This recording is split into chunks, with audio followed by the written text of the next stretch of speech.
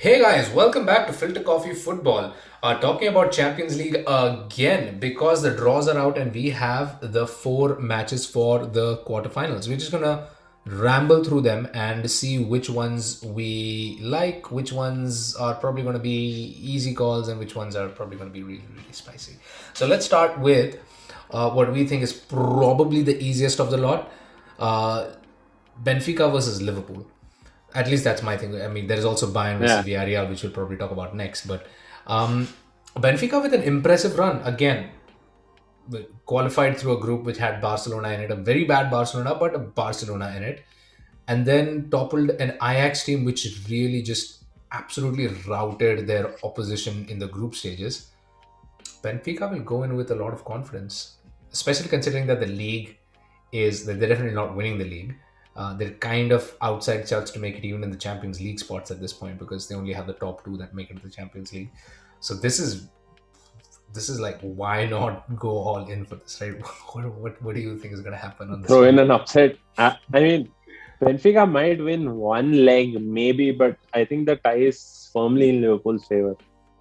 Liverpool have way too much quality to not deal with a side that's not even in the top five leagues in Europe. Yeah, this seems like really, really easy to call. I mean, again, that's why we put this one above the Bayern Villarreal in terms of like how easy it might be, is because no matter how much we might like that story, they're not a Juventus. They are not an Ajax, where you can at least say that they're an inexperienced team at that point. Yeah, this is a Liverpool across two legs. That too, this is an easy Liverpool win. Easy. But yeah, moving on to Villarreal versus Bayern. Unai Emery, sick and tired of winning Europa Leagues year after year, now trying to win a Champions League. I guess he could not have hoped for possibly a worse opponent at this point. I mean, basically, it's like Unai Emery facing Robert Lewandowski and hoping how many is he going to score in one leg and in both legs combined, because that guy just cannot stop scoring, and I hope he continues his sublime form.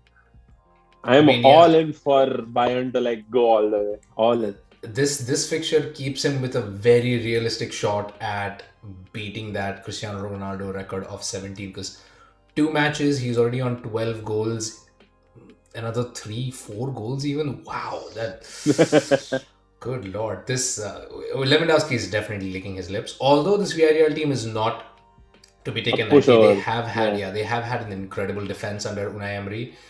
They do play a good, very attractive style of football. Even they have good ball players in the team. Gerard Moreno, not a slouch himself in that attack back from injury. So Bayern may have to tread water initially just to feel out this opposition. I think this is a very unique opposition for Bayern.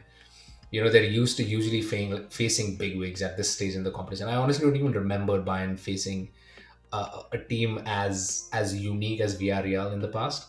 So this might be a little tricky, but definitely not a banana skin. So yeah, again, firmly Bayern going through. Um, Now we get to the slightly spicier ones. Atletico Madrid versus Manchester City. Can Atletico Madrid take yet another club out of the Champions League from Manchester? That would be an achievement now. Atletico faced the sorry part of Manchester. Atletico haven't faced a Pep side in a while, I would think. And there is a certain structure and certain identity of football to Pep's team, which I think can be difficult for Atletico. Atletico do have their own style of football, which is not as attractive or even as remotely close to attractive as you want to call it. But it is a contrast of styles, and this is going to be an attack versus defense game. I want to believe Man City have to get their chances or convert their chances basically. And for Pep to not go crazy and maybe send Laporte as center forward. You never know. Now that is this is like a perfect jigsaw puzzle because one team loves to defend, the other team loves to attack. My only thing is that that one match, because even the first leg against United wasn't the best Atleti performance. Just that performance at Old Trafford seemed like a really old school OG Simeone Atletico Madrid performance. That was the first time in, I believe, at least 2 years that I've actually seen them be that robust in their defense and just not give anything to the opposition. But like you mentioned, this was against Manchester United, who have had their struggles, even though they had a few players coming into form around this time. But yeah, Manchester City, they will be glad in some ways that they get to assert their style in this match, because that's what Atleti like to do. They like to sit back. They like to let the opposition have the ball, and it only takes a couple of moments. Once Man City score a couple of goals, I don't see them conceding against this. I mean, they might Right. concede an odd goal here and there, from a set piece and stuff like that. Atleti have their means to get scrap that one goal out, but they haven't been that prolific in front of goal this season anyway. So they will really have to rely on their defense if they hope to get anything at all out of this fixture. My question is whether you think Pep is going to be relaxed about this. Like, is he going to be happy that it's Atleti, or would he have preferred facing yeah, maybe a more adventurous team? That they could maybe get behind a little bit more. I think he would want to face Atleti earlier because it's it's a kind of opposition that you would want to be done and dusted with, and not think about it later. The further they progress in the competition, Atleti will be as difficult to beat as they can. Yeah, that So is it's true. better to face them earlier. Atletico are almost like one of those anime heroes. Every fight just makes them stronger. So the later you face them, the trickier they, they tend to get. So that is a fair point, man. This is probably the best stage to face Atletico. They're also obviously having some issues in the league. Barcelona really catching up. Atleti now find themselves fourth, I believe. So even league form wise, they're going to have to really throw their Labor some attention. results. Yeah, Yeah. so that actually probably works in City's favor as well. Although, I mean, City have a title race of their own to contend with. So there is obviously that. And I believe the way the fixtures are lined up, City face Atleti, then Liverpool, and then Atleti for the second leg. So this could be, that is what might end up being the banana peel for Manchester City, despite that depth in their squad. That is where I feel either City are gonna, that's gonna be, that one week is gonna be really interesting to see how the matches go down there. But that's honestly my only reason for why I think Atleti might still have a shot. It depends on what Pep. I mean, at this point, I believe Pep does prioritize. He wouldn't admit it, but I'm pretty sure he prioritizes getting through in the Champions League more than notching yet another Premier League in England. Predictions. Who do you think is going through? I'll go with City. Yeah, I'm I think more, my own instinct is to be attack minded. I'll definitely go with an attacking team. I'd never go with a defense first team at all. I'm going to go with a brave long-term prediction as well. I feel City is going to go through and actually win the Champions League, but that will cause them to lose The face Premier and League. lose the Premier League. Is bold predictions. So it's going to be the swap, where Liverpool won the league, won the Champions League, but lost in the league. This might just be the exact opposite of that season. So that might be kind of poetic even. And moving on to the most, now I honestly feel that this might just end up being a really straightforward result, but moving on to probably on paper at least what seems to be the most exciting match, Chelsea versus Real Madrid with a very very impressive uh, remontada. Well, impressive maybe a heavy word for it. But I mean, they came up against 2 goals down. They came up against PSG, Benzema with an incredible hat trick to see them through. You're a Benzema fan. You're by default, Definitely, because of that, definitely. a Madrid fan. What do you think? What do you think is going to happen in this one? Also, Ah, fairly anti-Chelsea. So Chelsea are going to face their ex-player and ex-manager. Eden Hazard, if you remember, still plays for Real Madrid. I don't know if he's going to I make. I don't even know whether he's going to see the pitch. Yeah, I don't know if he's going to make an appearance. But again, there is Hazard.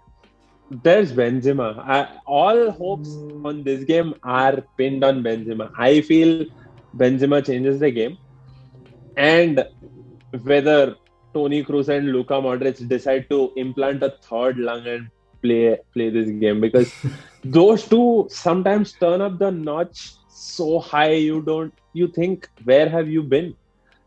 They'll have like five boring games, and then the sixth game is a complete blinder where you feel, oh, they've not even crossed 25 yet.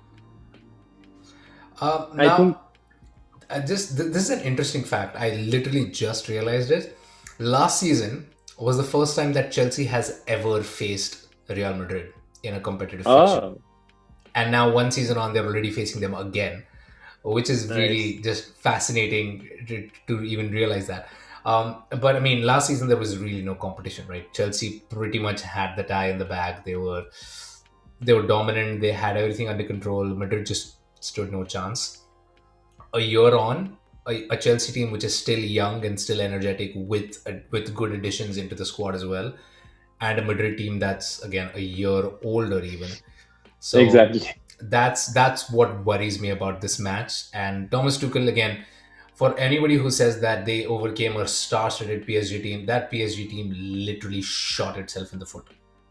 There was no reason for them to lose that match, but a moment of madness from Donnarumma, some incredibly sloppy defending, which of course Chelsea are known not to indulge in, is what gave Real Madrid their comeback in that fixture. Because for all intents and purposes, PSG were the better team across, the 180 minutes, but Madrid just had that purple patch right when it mattered, and PSG just absolutely collapsed. Right place, right time.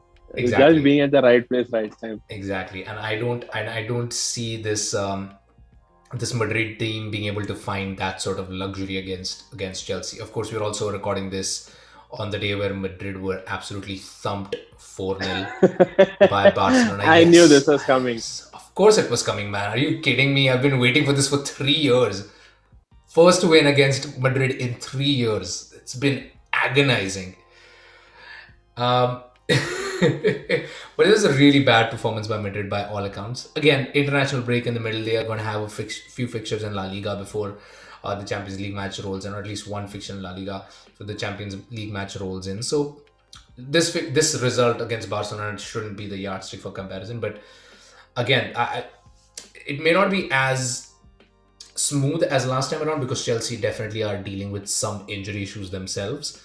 Uh, Reece James, poor guy, just came and went right back on the injury table. Chilwell is still out, and the Lukaku deal hasn't worked out. But he has really not relied on Lukaku in the Champions League anyway. Injury issues or not, both sides have to turn up. Real Madrid can be the sloppiest team on the pitch anytime they want to. Chelsea not like that. Chelsea have rarely been that way.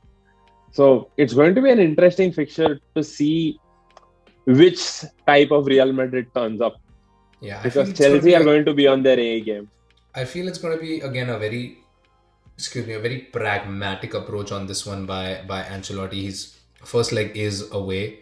Um, at Stamford Bridge for Madrid. So they're probably going to try and play it safe again, like they did against PSG.